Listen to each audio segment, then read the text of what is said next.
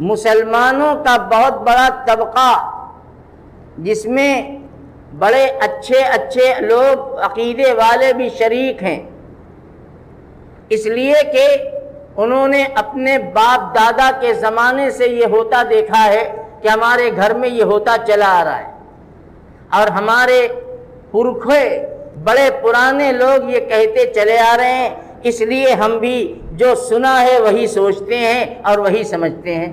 وہ کیا ہے؟ وہ سوچنا اور سمجھنا یہ ہے کہ محرم کا مہینہ غم کا مہینہ ہے، اور خاص طور سے 10 تاریخ یہ غم کا دن ہے، اور جو بہت متشدد قسم کے لوگ ہیں،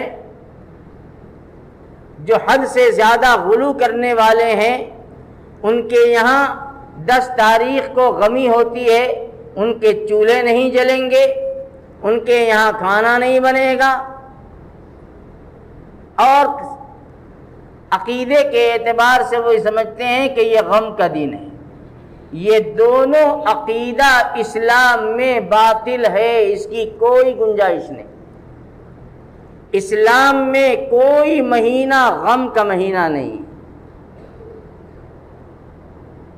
اس لیے اپنے دل دماغ سے پہلے یہ بات نکالو کہ پہلے آپ کے گھر میں 100 سال پہلے کیا ہوتا تھا، آپ کے باپ دادا پردادا لکڑ دادا کیا کرتے تھے، اس کو دماغ سے نکالو۔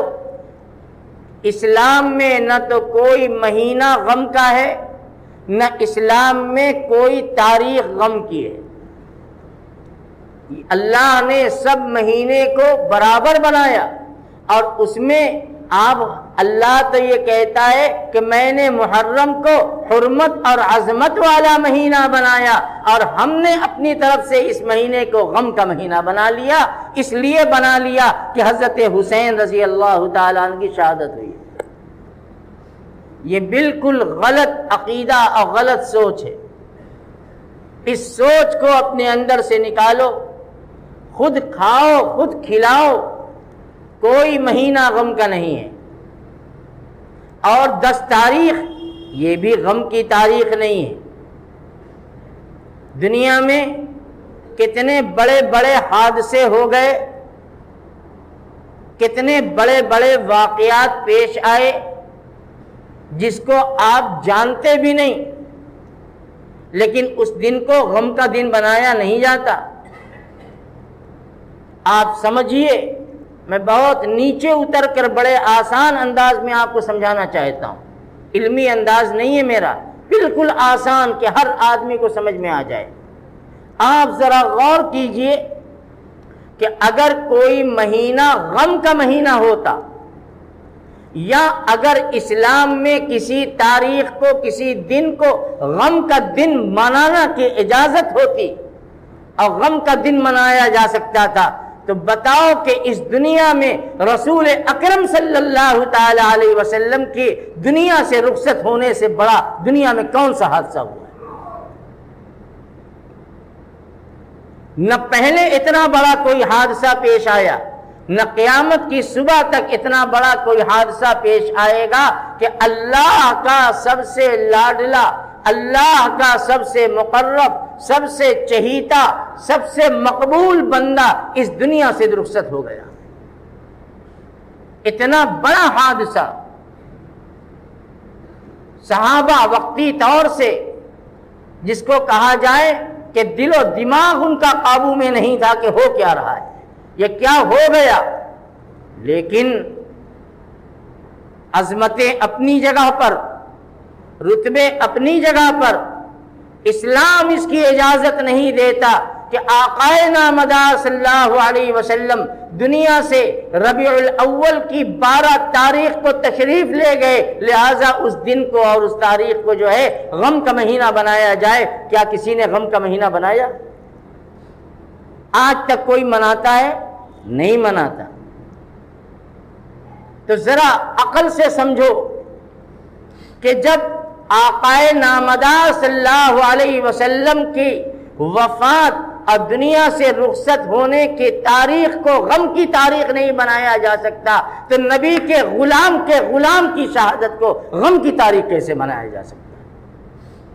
اس لیے کہ رسول اکرم صلی اللہ تعالی علیہ وسلم کی بیٹی کے بیٹے ہیں حضرت حسین، رسول اکرم صلی اللہ تعالی علیہ وسلم حضرت حسین کے نانا جان ہیں۔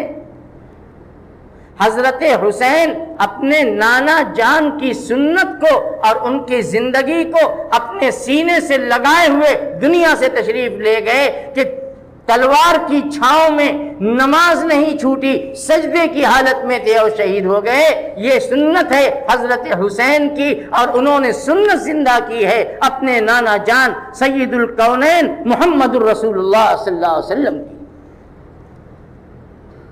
کہ ذرا سوچنے کی بات ہے، غم کا مہینہ، حضرت حسین کی شہادت سن 61 ہجری کو ہوئی ہے، اور اس وقت سن 1444 ہجری چل رہی ہے۔ کتنے سو سال ہو گئے؟ کتنے ہو گئے؟ 1444 اور سن 61 کو کم کرو تو 1383، یعنی 14.25 سال سے زیادہ کا عرصہ گزر گیا، اور آج تک ہم اسی غمی میں لپٹے ہوئے۔ اسلام کی تعلیم کیا ہے؟ کسی کے لیے جائز نہیں کہ اس کے گھر کسی کا انتقال ہو 3 دن سے زیادہ غم منائے۔ 3 دن سے زیادہ غمی رکھنے کی اجازت ہی نہیں ہے، اور یہ 3 دن بھی ضروری نہیں ہے کہ 3 دن غمی مناؤ، یہ ہمارے آپ کے اختیار کی چیز ہے۔ ایک دن کے بعد اگلے دن اپنا کام کھول دیں، سب کچھ کر لیں، کوئی منع نہیں، اسی دن کھول دیں، تدفین کے بعد کوئی منع نہیں۔ یہ تو زیادہ سے زیادہ کہا گیا کہ 3 دن۔ اور جس عورت کے شوہر کا انتقال ہوا ہے اس عورت کے لیے اسلام نے حکم دیا 4 مہینہ 10 دن جو عدت کے دن ہوتے ہیں، ان دنوں کے اندر وہ سادگی اختیار کرے گی، گھر سے نہ نکلے گی وغیرہ وغیرہ عورت کے لیے۔ اور پھر اس کے علاوہ کی گنجائش نہیں، تو پھر یہ سمجھانا اور یہ کہنا کہ محرم جب آئے تو غم کا مہینہ، 10 تاریخ آئے تو گھر میں کھانا نہ بنے، حسین کے نام پر تیجا اور فاتحہ ہو، یہ اسلام نہیں ہے۔ یہ اسلام کے ساتھ کھلواڑ اور اسلام کی سچی تصویر کو ختم کرنا اور غلط باتوں کو دماغ میں بٹھانا، یہ اسلام دشمن طاقتوں کی منصوبہ بند سازش تھی، جس نے آج ہمارے اندر یہ خرافات کو اور ان تصورات اور خیالات کو بھر دیا ہے کہ ہم اس میں کوئی خوشی کا کام کرنا اپنے لیے بے برکت سمجھتے ہیں، بلکہ یوں کہوں کہ منحوس سمجھتے ہیں کہ ارے محرم میں شادی، محرم میں عقیقہ، محرم میں ولیمہ، یہ کیا غضب ہو گیا؟ یہ سب کے سب غیر اسلامی تصور ہے، اور وہ جماعت رافضیوں کی جماعت اور منافقوں نے مسلمانوں کو صحیح العقیدہ مسلمانوں کے دل و دماغ میں یہ چیز بٹھا دی۔ اللہ نے سب مہینے کو برابر دیا بنایا ہے، بلکہ محرم کو تو عزت اور عظمت والا اور حرمت والا مہینہ بنایا، اور ہم اپنے دماغ اپنے خیال سے غلط باتوں کو لے کر کے ہم اس گناہ کے اندر مبتلا ہوتے ہیں۔ اللہ تعالی ہم سب کی حفاظت فرمائے۔ اور جو باتیں میں نے آپ کے سامنے بیان کی ہیں اس کو سمجھیے اور دوسروں کو سمجھائیے۔